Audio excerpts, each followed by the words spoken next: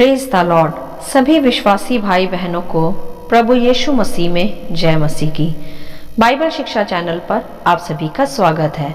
हमारे इस चैनल को देखने के लिए आप चैनल को सब्सक्राइब करें और बेल आइकन के ऑल बटन को ज़रूर दबाएं, तभी आपको हमारी आने वाली हर वीडियो का नोटिफिकेशन मिलता रहेगा। आज मैं आपके लिए बाइबल की पुस्तक से स्वर्ग और नर्क के विषय एक गहरा अध्ययन लेकर आई हूँ, जिसे आज हम सभी को सीखना आवश्यक है। तो चलिए भाइयों बहनों, हम वीडियो स्टार्ट करते हैं। बाइबल दर्शाती है कि मृत्यु के बाद भी एक जीवन है जिसे मनुष्य को जीना होता है, फिर चाहे वह अनंत काल का स्वर्ग हो या नर्क। और यही सवाल आज बहुत से मनुष्यों के मन में भी होता है, परंतु आज के समय में किसी के पास इतना समय है ही नहीं कि वह इन सवालों का उत्तर ढूंढे।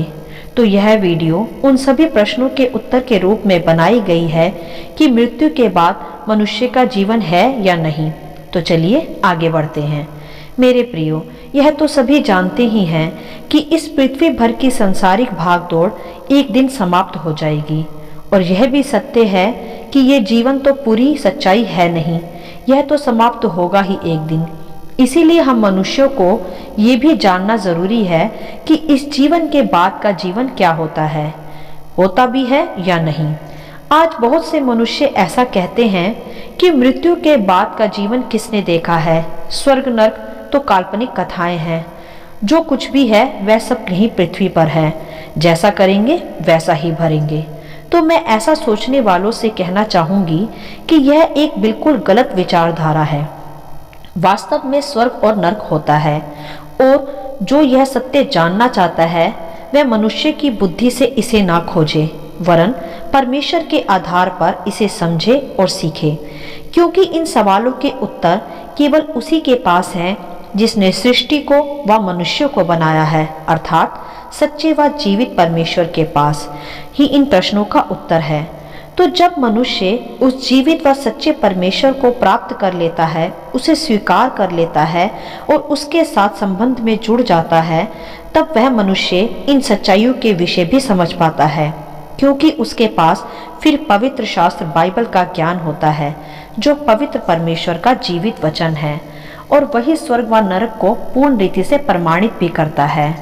और यह भी एक सत्य है कि विश्व भर के सभी धर्म भी किसी न किसी तरह स्वर्ग नरक को मानते हैं, परंतु बिल्कुल सही व सिद्ध रीति से केवल बाइबल ही इसे स्पष्ट करती है, क्योंकि सच्चे परमेश्वर ने ही मनुष्य को इनके विषय जानने की जिज्ञासा व आत्मा दी है, जिससे मनुष्य अपने सृष्टिकर्ता को भी पहचाने और ढूंढे।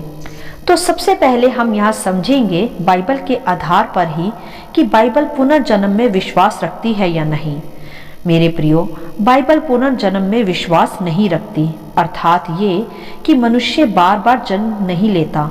बाइबल स्पष्ट करती है कि मनुष्य सिर्फ एक बार जन्म लेता है और एक बार मरता है, फिर उसका न्याय होता है, जैसा इब्रानियों 9:27 में दर्शाया भी गया है। तो यह तो स्पष्ट हो चुका है कि मनुष्य का कोई दूसरा जन्म है ही नहीं। अब यहाँ हम स्वर्ग के विषय कुछ बातों को समझेंगे कि स्वर्ग क्या है और कहाँ है। मेरे प्रियो, जिस स्थान पर जीवित परमेश्वर सृष्टि का रचयिता विराजमान है वह स्वर्ग कहलाता है। बाइबल यह भी स्पष्ट करती है कि एक अन्य हेवन है जिसे हम अंतरिक्ष भी कहते हैं, जिसमें तारागण होते हैं। तो बाइबल जब स्वर्ग के विषय बताती है तो उसके 3 भाग है। एक आकाश, जहां हम पक्षियों को देखते हैं जो सबसे नीचे है, एक अंतरिक्ष जो बीच में है जहां तारागण है, तथा एक वह जहां जीवित परमेश्वर विराजमान है जो सबसे ऊपर है। प्रकाशित वाक्य के आधार पर जब हम यूहन्ना को स्वर्ग का दर्शन पाते हुए देखते हैं तो वहां लिखा गया है ऐसा कि उसने कहा कि तुरंत मैं आत्मा में आ गया और क्या देखता हूँ कि एक सिंहासन स्वर्ग में धरा है और उस सिंहासन पर कोई बैठा है, और जो उस पर बैठा है वह यशब और मानिक सा दिखाई पड़ता है। अर्थात यहाँ परमेश्वर के विषय में ही बताया गया है जो स्वर्ग में विराजमान है। यही है वह तीसरा स्वर्ग जहाँ परमेश्वर विराजमान है।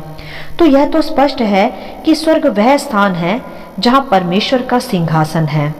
और एक आयत और हम देखते हैं जहां यीशु प्रभु भी स्वर्गरोहण के पश्चात तीसरे स्वर्ग तक उठा लिए गए थे। जब प्रभु यीशु का स्वर्गारोहण हुआ तो वह आकाश और अंतरिक्ष को पार करके तीसरे स्वर्ग में पहुंच गए, जहां वह पिता परमेश्वर के दाहिनी ओर जा बैठे, जैसा इब्रानियों के अध्याय 1 के वचन 3 में दर्शाया गया है कि वह पापों को धोकर ऊंचे स्थान पर महामहिमन को दाहिने ओर जा बैठा। तो यह स्वर्ग के विषय ही दर्शाया गया है।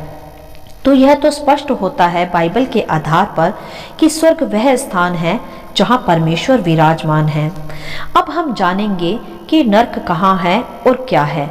विज्ञान के आधार पर कुछ साइंटिस्ट मानते हैं कि नर्क एक ब्लैक होल्स का नाम है, अर्थात विशालकाय काले गड्ढे जो बाहरी अंतरिक्ष में होते हैं, क्योंकि उनमें बहुत गर्मी होती है, तो वह नर्क जैसा ही है। और कुछ लोग मानते हैं कि नर्क पृथ्वी की निचली सतहों में है, ज्वालामुखी की तरह। परंतु बाइबल नर्क की कोई भी लोकेशन स्पष्ट नहीं करती, परंतु नर्क को प्रमाणित करती है कि नर्क है, जहां मनुष्य अपने कर्मों के आधार पर जाता है। नर्क को आग की झील भी कहा जाता है, जहां अविश्वासी परमेश्वर के न्याय के बाद जाएगा, जैसा प्रकाशित वाक्य अध्याय 20 के वचन 13 और 15 में दर्शाया गया है कि मृत्यु और अधोलोक ने उन मरे हुओं को जो उनमें थे दे दिया, और इनमें से हर एक के कामों के अनुसार उनका न्याय किया गया। और जिस किसी का नाम जीवन की पुस्तक में नहीं लिखा हुआ मिला, वह आग की झील में डाला गया।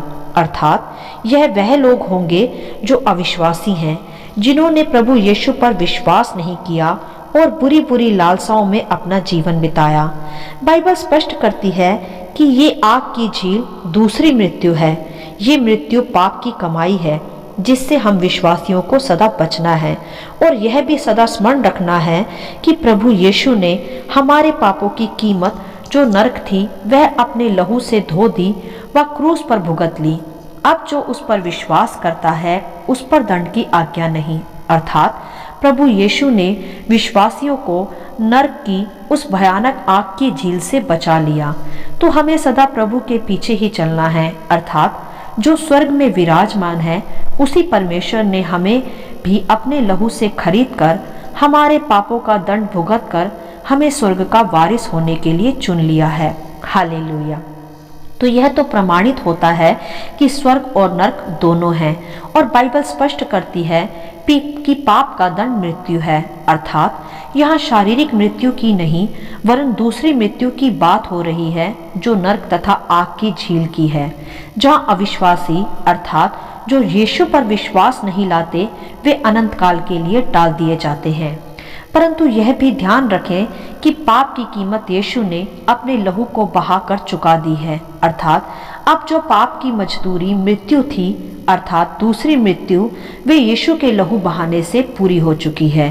अब जो भी विश्वासी प्रभु यीशु के लहू पर विश्वास लाते हैं वह उस भयानक दूसरी मृत्यु से छूट जाते हैं। वह अब स्वर्गीय स्थानों में जहाँ प्रभु यीशु विराजमान है वहाँ ले जाए जाते हैं। उनका प्राण प्रभु यीशु ने नाश होने से बचा लिया है। तो हमें भी संक्षिप्त में अगर कहूँ तो प्रभु के बताए हुए मार्गों पर चलना है, उसी के आधार पर अपना जीवन बिताना है और उसके बेशकीमती लहू को स्वीकार कर नरक की उस भयानक मृत्यु से खुद को व दूसरों को भी बचाना है। और अगर कोई जानना चाहता है अब भी कि मृत्यु के बाद भी क्या कोई जीवन है, तो उसका उत्तर है हाँ है। जो मनुष्य अपने पापों से सच्चा प्रायश्चित कर मन फिरा लेंगे और यीशु के उस बलिदान पर विश्वास लाएंगे जो प्रभु ने संपूर्ण मानव जाति के लिए क्रूस पर दिया है, और जो केवल यीशु को ही अपना प्रभु और उद्धारकर्ता स्वीकार कर लेंगे और उसके बताए हुए मार्गों और वचनों के आधार पर ही अपना संपूर्ण जीवन बिताएंगे, वे समस्त विश्वासी जन मृत्यु के बाद अनंत काल के लिए स्वर्ग में परमेश्वर के साथ रहेंगे। हालेलुया। परंतु अब यहाँ ध्यान दें कि जो मनुष्य संसारिक जीवन में ही मन लगाकर जीते रहेंगे और बुराइयों में ही अपना जीवन बिताएंगे और सच्चे परमेश्वर प्रभु यीशु से अपने पापों की क्षमा नहीं मांगेंगे और उसके बलिदान पर जो उनके लिए भी दिया गया है उसके लहू पर जो उनके पापों के लिए भी बहाया गया है उस पर विश्वास नहीं लाएंगे और उसके बिना ही मर जाएंगे, तो बाइबल के आधार पर वह अनंत काल के लिए नरक अर्थात आग की झील में डाल दिए जाएंगे, जो परमेश्वर के न्याय के दिन प्रकट होगा। तब तक अविश्वासी के प्राण अधोलोक में, जो नरक की तरह ही एक शापित उसका हिस्सा है, उसका वहां रखे जाएंगे। ध्यान दे यहाँ कि अधोलोक के भी दो हिस्से हैं, एक आशीषित हिस्सा व एक शापित हिस्सा, जिसमें एक गहरा गड्ढा जितना गैप है, जिसे खुद प्रभु यीशु ने लूका अध्याय 16 में कंगाल लाजर और धनवान की कहानी के द्वारा दर्शाया भी है। आप उस पर बनी हमारी वीडियो को भी देख सकते हैं, उसका लिंक डिस्क्रिप्शन बॉक्स में दे दिया गया है। यहाँ अभी हम अधोलोक के विषय विस्तार से चर्चा नहीं कर सकते, उसके विषय मैं आपको एक अलग वीडियो में समझा दूंगी, नहीं तो यह वीडियो बहुत लंबी हो जाएगी। अर्थात यहाँ हम इस वीडियो में स्पष्टता से यह समझते हैं कि विश्वासी जिसने प्रभु यीशु पर विश्वास किया है व अपने पापों की क्षमा प्राप्त कर ली है, वह स्वर्ग में परमेश्वर के साथ अनंत काल तक रहेगा और अविश्वासी नरक में अनंत काल तक रहेगा, जिसका प्रमाण बाइबल में हम प्रकाशित वाक्य अध्याय 21 के वचन 8 में भी देख सकते हैं, जहाँ स्पष्ट रूप से लिखा है कि पर डरपोकों और अविश्वासियों और घिनौनों और हत्यारों और व्यभिचारियों और टोनों और मूर्ति पूजकों और सब झूठों का भाग उस झील में मिलेगा जो आग और गंधक से जलती रहेगी। यह दूसरी मृत्यु है, इसे ही नरक कहते हैं। तो मनुष्य यह ना सोचे कि स्वर्ग और नरक सब पृथ्वी पर ही है और कोई पुनर्जन्म भी होता है इस जीवन के बाद। नहीं, यह सब गलत विचारधारा है जिसका वर्णन यहाँ किया भी जा चुका है। एक ही जन्म है और उसके बाद का जीवन सीधा स्वर्ग या नरक है, जो परमेश्वर के आधार पर निर्धारित होता है। तो मेरे प्रियो, आज हमें भी अपना जीवन जांचने और संभालने की आवश्यकता है, क्योंकि स्वर्ग भी है और नरक भी है और उसी के आधार पर अनंत काल का जीवन भी है। तो जो आज जीवन के भाग दौड़ में खो चुके हैं और सोचते हैं कि मृत्यु के बाद का जीवन किसने देखा है, तो मैं ऐसा कहूँगी कि आप ऐसा सोचकर खुद को नाश की ओर ले जा रहे हैं, क्योंकि इस जीवन का कोई भरोसा नहीं कि यह कब समाप्त हो जाए और उसके पश्चात आप कुछ नहीं कर पाएंगे, क्योंकि मृत्यु के बाद पापों की क्षमा नहीं, यह सिर्फ पृथ्वी पर ही है जीते जी। इसीलिए बाइबल स्पष्ट करती है इब्रानियों अध्याय 4 के वचन 7 में कि यदि आज तुम परमेश्वर का शब्द सुनो तो अपने मनों को कठोर ना करो। इसीलिए भाइयों बहनों, समय रहते अपने पापों की क्षमा प्रभु यीशु से प्राप्त करें और उसके बलिदान पर विश्वास करें, जो आपके पापों के लिए ही दिया गया है, और उसे अपना उद्धारकर्ता स्वीकार कर अपने अनंत काल के जीवन पर उसके पवित्र लहू की मोहर लगवाएं। साथ ही पृथ्वी पर भी एक आशीषित जीवन बिताएं, पवित्र आत्मा की सहायता से, जो यीशु पर विश्वास करने के बाद आपको दी जाती है। वही पवित्र आत्मा फिर आपको पापों से दूर भी रखेगी और आपको अनंत काल का वारिस होने के लिए तैयार भी करेगी। मेरे प्रियो, ध्यान दें, बिना प्रभु यीशु के स्वर्ग मुमकिन नहीं, क्योंकि बाइबल स्पष्ट करती है, प्रभु ने कहा कि मार्ग और सत्य और जीवन मैं ही हूँ, बिना मेरे कोई स्वर्ग के राज्य में प्रवेश नहीं कर सकता। हालेलुया। आशा करती हूँ इन वचनों का संक्षिप्त विवरण आप सभी को समझ में आया होगा। परमेश्वर आपको अपनी पवित्र आत्मा की भरपूरी से सदा भरता रहे। यदि आप चाहते हैं कि दूसरे भी इसे सुनकर आशीष पाएं, तो आप दूसरों के साथ भी इसे शेयर कर सकते हैं, क्योंकि हमारे प्रभु यीशु मसीह की यही इच्छा है। आमीन and God bless you all.